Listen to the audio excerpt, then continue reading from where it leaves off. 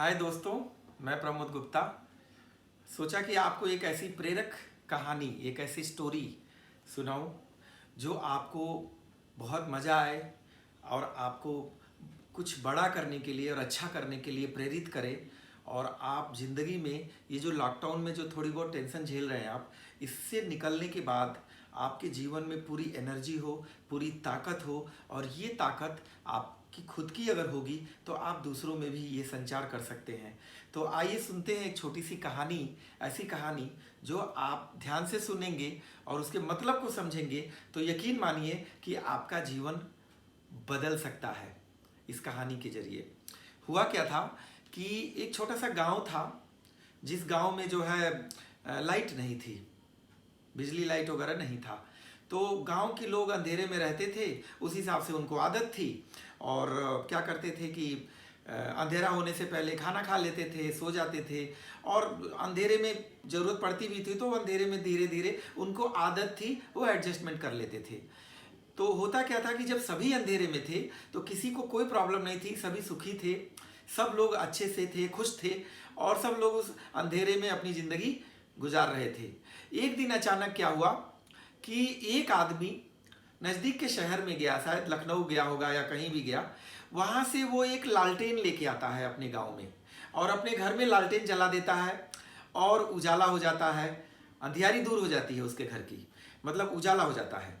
और जब लालटेन का उजाला पूरे गांव के वो लोग देखते हैं जो अंधेरे में रहते हैं तो कहते वो तेरी तो, ये देखो वो तो उजाला हो गया उनके घर में, ये कैसे हो गया। सारे के सारे लोग जो है ना सोचने लग गए कि वो अंधेरे में रह रहे हैं और उनके पड़ोस में एक आदमी पूरे गांव में लालटेन जला के अपना उजाला कर लिया, लालटेन शहर से लाके। तो सबके पेट में क्या होने लगा?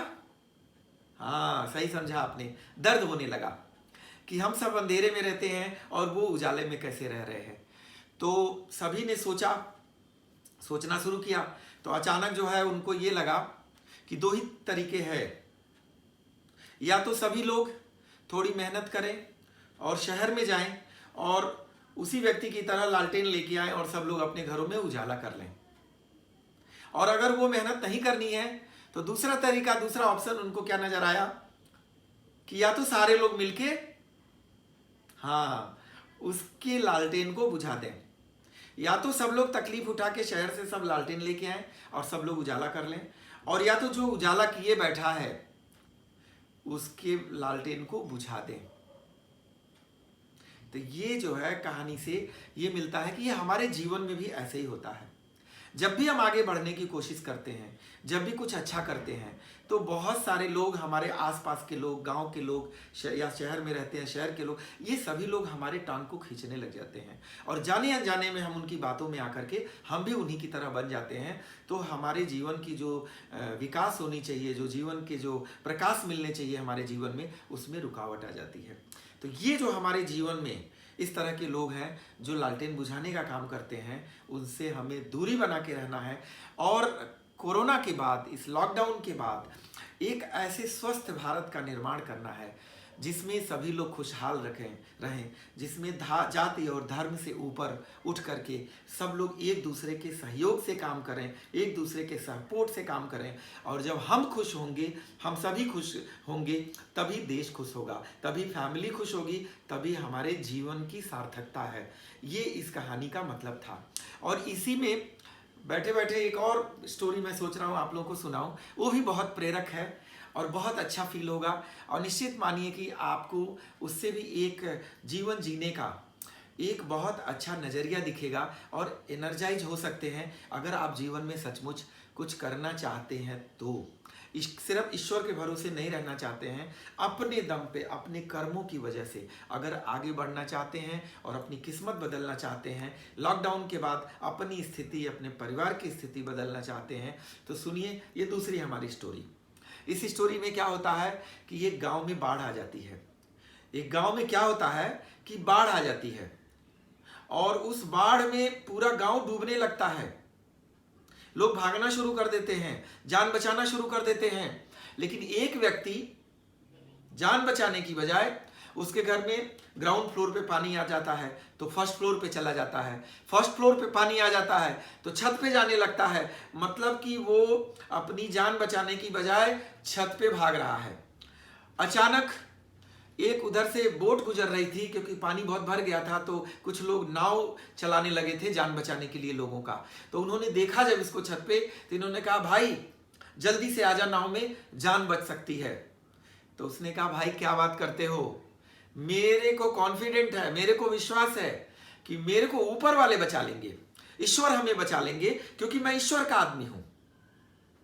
तो नाव वाले ने कहा चलो ठीक है, चला गया। अब उसके बाद क्या होता है कि पानी इसके सीने से ऊपर आ जाती है और तब तक दूसरा नाव लेके जाता है। तो दूसरे नाविक ने कहा, लोग जो बैठे थे उन्होंने कहा अरे भाई जल्दी से नाव में आ जाओ, अपनी जान बचा लो किसी तरह से इस बाढ़ से। तो उनको भी जवाब देता है कि मैं ईश्वर का आदमी हूं, मैं ईश्वर से जुड़ा हुआ, हमेशा पूजा पाठ प्रेयर में भी विश्वास करता हूं, मुझे कुछ नहीं होगा, मैं नहीं मरूंगा, आप लोग जा सकते हैं, ईश्वर हमें बचा लेगा। चले गए वो लोग ही। अब क्या होता है कि पानी उसके गले को पार करने लगी, यहां तक पानी पहुंच गई। अब ऐसा लगने लगा कि बहुत मुश्किल हो जाएगा इसके लिए। तो ऊपर से जो हेलीकॉप्टर की सुरक्षा थी, हेलीकॉप्टर आया, रस्सी फेंकी गई और चिल्लाया गया ऊपर से कि भाई जान बचा लो अपनी, अभी भी गनीमत है वरना तुम डूब जाओगे, मर जाओगे। तो वो उनको भी वही जवाब देता है, अरे मैं ईश्वर का आदमी हूँ, पूजा पाठ करता हूँ, नमाज पढ़ता हूँ, सारी चीजें वो अपनी बताई कि मैं नहीं मर सकता, मैं बच जाऊंगा, आप चिंता मत करो। तो हेलीकॉप्टर भी चला गया और फाइनली वो आदमी डूब के मर गया।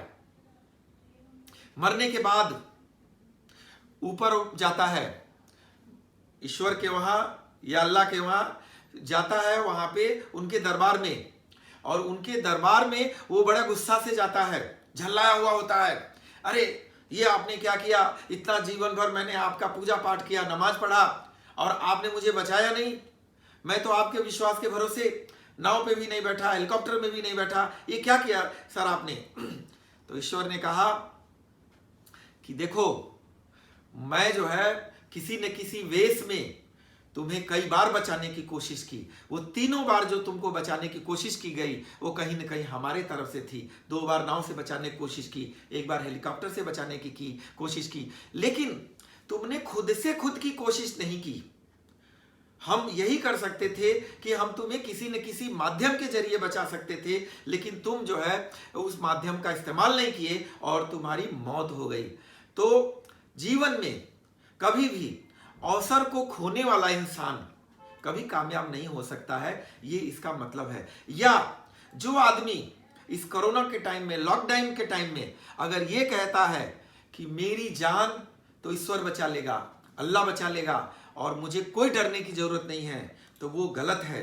अगर ईश्वर ने आपको प्यार किया है, आपने हमेशा से उनकी प्रेयर की है, तो वो किसी न किसी की माध्यम से आज वो इस दुनिया में लोगों को बचाने के लिए आए हुए हैं, डॉक्टर के रूप में, स्वास्थ्य कर्मी के रूप में और पुलिस के रूप में, मीडिया के रूप में, बहुत अलग अलग तरीके से ईश्वर के रूप आज हमारे सामने दिखाई दे रहे हैं और हमें बचाने की कोशिश कर रहे हैं। अब इसमें हम अपनी जिद की वजह से अगर जान दे देते हैं तो इसमें ईश्वर की कोई गलती नहीं है। और अगर हम इस बात को समझ लेते हैं कि आज हमें इस समय धर्म और सारी चीज़ों से ऊपर उठ करके हमें इंसानियत के लिए अपनी ज़िंदगी बचाना है, क्योंकि हम बचेंगे तो हमारा परिवार बचेगा, हमारा परिवार बचेगा तो ये देश बचेगा, ये देश बचेगा तो ये दुनिया बचेगी और फिर हम अपने जीवन में खुशहाली ला सकते हैं। तो मित्रों, मेरा हाथ जोड़ के प्रार्थना है कि आप ईश्वर का अपमान मत करिए, आप अल्लाह का अपमान मत करिए।